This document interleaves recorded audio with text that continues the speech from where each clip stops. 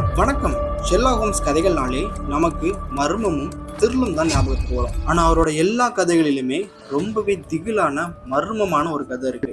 அந்த கதை தான் the adventure of the spectral band. சரி வாங்க, இந்த விசித்திரமான கேஸ்ல என்னதான் மர்மம் ஒளிஞ்சிருக்கு அப்படிங்கிறத சேர்ந்து கண்டுபிடிக்கலாம். சரி, கதைக்குள்ள போறதுக்கு முன்னாடி ஒரு சின்ன விஷயம். இந்த கதை எழுதப்பட்டது எப்போ தெரியுமா? 1892. அதாவது ரொம்ப ரொம்ப பழைய கதை. அதனால அந்த கதையில வர மொழிநடையெல்லாம் அந்த காலத்து விக்டோரியன் ஸ்டைல்ல இருக்கும். ஆனா கவலைப்படாதீங்க, அதுதான் அந்த கதைக்கு தனி சிறப்பையும் அந்த காலத்து உணர்வையும் கொடுக்குது. இப்போ உங்களுக்கு ஒரு நேரடி சவால். ஷெர்லாக் ஹோம்ஸோட சேர்ந்து டிடெக்டிவா மாற ரெடியா? நான் சொல்ல போற ஒவ்வொரு க்ளூவையும் ஒரு சின்ன டீட்டெயிலையும் தெளிவா கேளுங்க. பார்க்கலாம் ஷெர்லாக் ஹோம்ஸ் கண்டுபிடிக்கிறதுக்கு முன்னாடியே உங்களால குற்றவாளி யாருன்னு கண்டுபிடிக்க முடியுதான்னு. கதை எங்க தொடங்குதுன்னா, நம்ம எல்லாருக்குமே தெரிஞ்ச முகவரி தான் 221B பேக்கர் ஸ்ட்ரீட், லண்டன். ஒரு அதிகாலை நேரம், யாருமே எதிர்பார்க்காத ஒருத்தர் ரொம்பவே பயந்து போய் மனசு உடைஞ்சு அங்க வராங்க. கதவை திறந்து உள்ள வராங்க. ஒரு இளம் பெண் கருப்பு நிற உடையில முழுசா ஒரு துணியால அவங்க முகத்தை மூடி இருக்காங்க. அவங்க நடக்கிற நடையிலே தெரியுது அவங்க மனசுக்குள்ள ஏதோ ஒரு பெரிய புயல் அடிச்சுக்கிட்டு இருக்காங்க. அவ்வளோ பதட்டம், அவ்வளோ பயம். ஹோம்ஸ் அவங்கள பார்த்துட்டு, வெளியே ரொம்ப குளிரா இருக்கோ, நடுங்குறீங்களே அப்படின்னு கேட்கிறாரு. அதுக்கு அந்த பெண் சொன்ன பதில் அப்படியே நம்மளை உறைய வைக்கும். இல்ல மிஸ்டர் ஹோம்ஸ், நான் நடுங்கிறது குளிரால இல்ல, பயத்தால, மரண பயத்தால.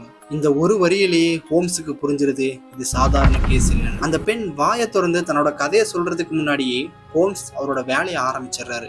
ஆமா, அவரோட ஃபேமஸ் டிடெக்ஷன் ஸ்கில் வேலை செய்ய ஆரம்பிச்சிருச்சு. ஹோம்ஸோட ஒரு பார்வை இருக்கு, ஒரு எக்ஸ்ரே மாதிரி.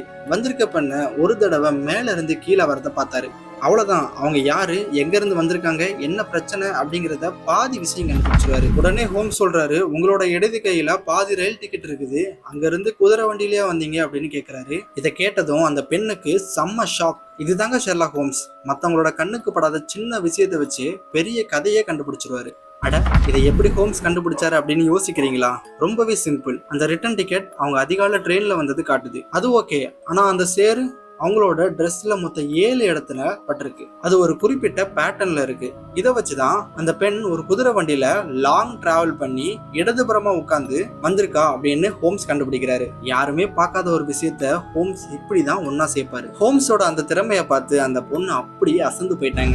அதுக்கப்புறம் தான் அவங்க தன்னை அறிமுகப்படுத்திக்கிறாங்க. அவங்களோட பேரு ஹெலன் ஸ்டோனர். இப்பதான் ஹெலன் ஸ்டோனர் அவங்களோட ரியல் கதையை சொல்ல ஆரம்பிக்கிறாங்க.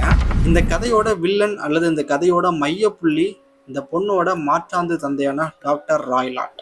இந்த ராய்லாட் குடும்பம் ஒரு காலத்துல இங்கிலாந்துலேயே மிகப்பெரிய பணக்கார குடும்பமா இருந்தவங்களாம்.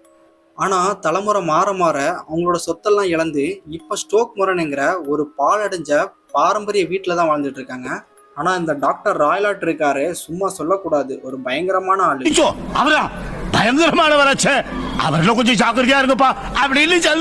இந்தியாவுல டாக்டரா இருந்தப்போ கோபம் தாங்க முடியாம தாங்கிட்ட வேலை பார்த்த ஒரு வேலையாளிய அடிச்சு கொண்டிருக்காரு. உடம்புல அசுர பலம், மனசுல மிருக குணம். அதனால அந்த ஊர்ல இருக்க எல்லாருமே அவரை கண்டாலே நடுங்குவாங்க. அது மட்டும் இல்ல, டாக்டர் ராய்லாட் கிட்ட ஒரு வினோதமான, ஒரு திகிலான ஒரு பழக்கம் இருக்கு. அவருக்கு இந்தியாவில இருந்து விசித்திரமான விலங்குகளை வர வைக்கிறது ஆசையா. இது இந்த கேஸ இன்னுமே சிக்கலாக்குது இல்லையா? கொஞ்சம் கற்பனை பண்ணி பாருங்க.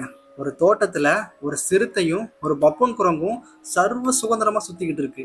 அந்த வீட்டுல இருக்கிற எஜமானரை போலவே இந்த விலங்குகளை கண்டா கூட மக்களுக்கு பயமா. அந்த இடத்தோட சூழலே எவ்வளவு பயங்கரமா இருந்திருக்கும், நீங்களே யோசித்து பாருங்க. சரி, இப்பதான் ஹெலன் ஸ்டோனர் எதுக்கு ஹோம்ஸை தேடி வந்தா அப்படிங்கிற ரியல் காரணத்துக்கு வரோம். அது அவங்களோட இரட்டை சகோதரியோட மர்மமான மரணம். சரியா 2 வருஷத்துக்கு முன்னாடி ஹெலனோட இரட்டை சகோதரியான ஜூலியா மர்மமான முறையில் விவரிக்க முடியாத அளவுக்கு மர்மமா இறந்து போறாங்க. அந்த மரணத்துக்கு காரணம் என்னன்னு இன்ன வரைக்கும் மர்மமாவே இருக்கு. சரி, ஜூலியா இறந்த இரவு அன்னைக்கு என்னெல்லாம் நடந்துச்சு அப்படிங்கிறத வரிசையா பார்க்கலாமாங்க.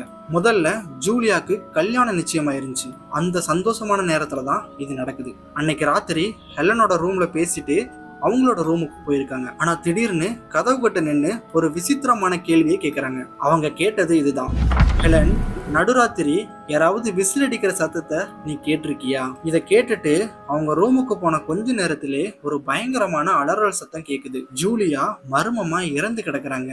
சரி, இப்போ உங்களுக்கான ஒரு நேரம் வந்துருச்சு.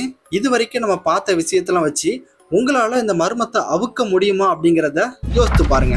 சரி, ஒரு டிடெக்டிவ் ஸ்டைல்ல விசாரிச்சு பார்க்கலாமா? ஒரு கொடூரமான மாற்றான் தந்தை, அவருக்கு இதுல என்ன சம்மந்தம் இருக்கும்? ரெண்டாவது, கல்யாணத்துக்கு கொஞ்ச நாளுக்கு முன்னாடி நடந்த மரணம், இது ஒரு கோ இன்சிடென்டா?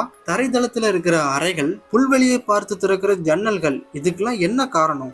இதெல்லாம் விட ஒரு முக்கியமான காரணம் ஒன்று இருக்கு. அன்னைக்கு நடுராத்திரி கேட்ட அந்த விசில் சத்தம், அது எங்க இருந்து வந்துச்சு? இந்த ஒரே ஒரு கேள்விக்கான பதில தான் இந்த மொத்த கேஸோட மர்மமும் அடங்கியிருக்கு.